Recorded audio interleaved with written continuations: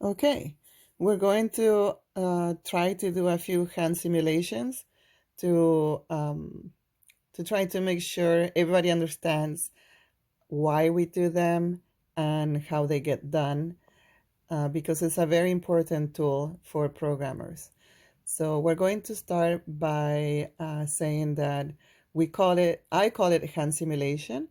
The textbook calls it desk check, and somebody else may call it program trace or program tracing, or they may tell you trace this program by hand or something like that. So we're going to start by doing hand simulation for this program from the textbook, which is on page, let's focus at 56, chapter 2, code listing 217. So we're going to do this one line at a time. Okay, so I went through this program a couple times because I made mistakes on the video, but I know by now that this program has 1, 2, 3, 4, 5, 6, 7 variables that are double data type. So these are the variable declarations. Some have values, some don't have values. So since there are so many variables, it's even more important to make sure that we draw them. So I drew my 7 boxes. That's what's happening in memory when we declare variables. The memory is allocated according to the size of the data type. So each one of these memory spaces are going to hold a value double data type. So the first variable in my program is called regular wages. So I would go ahead and write down the name of the variable.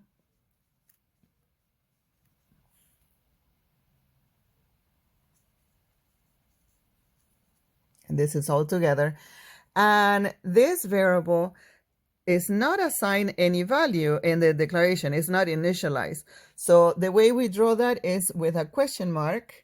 And if you missed that, something that I explained is that when we do not assign a value, a variable would have the leftover from previous use of that memory space. So since memory is constantly recycled, when we declare a variable, if we do not assign a value, then there is some junk left over, and it's considered junk because for this program, that value that was left over doesn't have any meaning.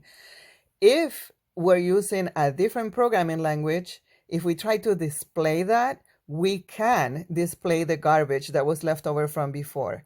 In Java, Java protects us from making that mistake if it is a mistake. So we're not going to be able to use that variable unless we put a value in that memory space that we have created. So I'm going to go ahead and write down the names of all the variables so you don't have to wait for me to do that. So I went ahead and I wrote down the names of all the variables, being careful about the upper and lower case that was used. And now we're going to see line by line if there is a value in the variable or not. So the first one, I did it with you. The second one, I didn't do it yet. So it says double base pay 25. So notice that 25 is spelled out without decimal places in the initialization, but because I'm drawing what is happening in memory, I put the decimal places because I know it's double and I'm tracing what is happening in memory. Double regular hours is 40, so I go to regular hours, and inside this memory space there is a 40 now. It overwrites the garbage and stores at 40 in it.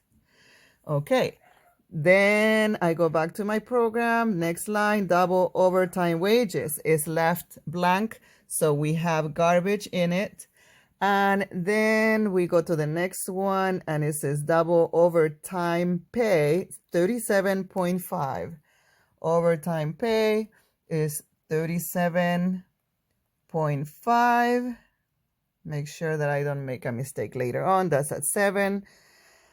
And the next line, double overtime hours is 10. So I go here, overtime hours is 10. but it's a double, so I'm going to put 0.0 so I don't make a mistake later on in the calculations. And double total wages is left without a value, so it has the garbage left over. So when I reach the next line of code, this is how my memory has the values allocated in different memory spaces with the names of the program. So the next line is a processing line. So it says regular wages equals base pay times regular hours. So what I need to do is calculate this multiplication. And what the program does, it goes to the memory space where it says memory pay is 25.0. So that's the value that is used, 25.0. And that is going to be multiplied by regular hours. And regular hours is this 40 that I put in memory earlier in the initialization. So now I have that I need to multiply 25 times 40. So 25 times 4 is 100. And then because it's 40, it's another 0. So the result is 1,000. Where am I going to store this? This is in memory and it needs to go somewhere. So where is it going to be going to? It says regular wages. So I have this variable that is called regular wages. So this 1,000 is going to be stored here. So now I'm not longer going to have this question mark. I'm going to have 1,000 with decimal places because it's a double and I double check there. So 1,000.0 is what I'm going to have in that variable. Okay, so the next line of code says that overtime wages is going to be the result of multiplying overtime pay times overtime hours. So overtime pay times overtime hours. So I look at all this mess that I have here and I look for the correct value. So overtime pay is there, 37.5. So that's the value for overtime pay. And overtime hours, I look for the value, regular hours, overtime hours. Here we go. I have a 10 there. So it's going to be that times 10.0. I have a double times a double. So the multiplication of these two values is 375.0. And where is this value going to go? It's floating in memory. Where am I going to put it? Where the assignment statement says. It says assign this value to overtime wages. So I look at the mess that I have here and overtime wages is here. That's where the value is going to be. So now I no longer have garbage in it. I'm going to have the value that I just calculated, 375 with decimal places. And now I move on to the next line of code. So the next line of code says that I need to add the regular wages plus the overtime wages. All right, so I wrote it down on my little whiteboard, and these are the two values that we have just calculated. So regular wages is 1,000. So regular wages is 1,000 with decimal places. We know that's important because if we were trying to store it into an integer, it wouldn't work. So that's what we do it. Overtime wages, we calculated before, 375 is the current value when we reach this line of code. And we add those together and it's going to give me 1,375.0. And where am I going to store it? Wherever the line of code says, which is total wages. So total wages is here, and that's where I'm going to store it, and it's going to be 1375.0, and that's going to be the value of that variable.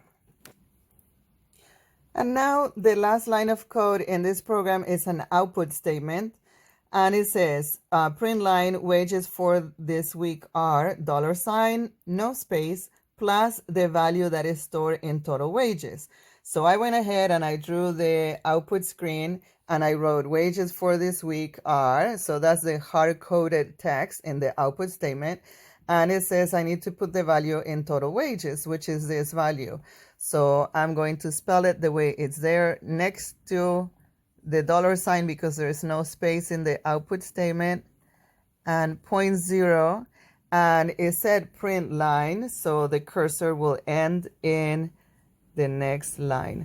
So that's how we do a desk check or hand simulation, and you need to show the original values, how the values change, step by step, everything that the program does. The data type goes at the top with an arrow because it says this is going to store a value that is double data type.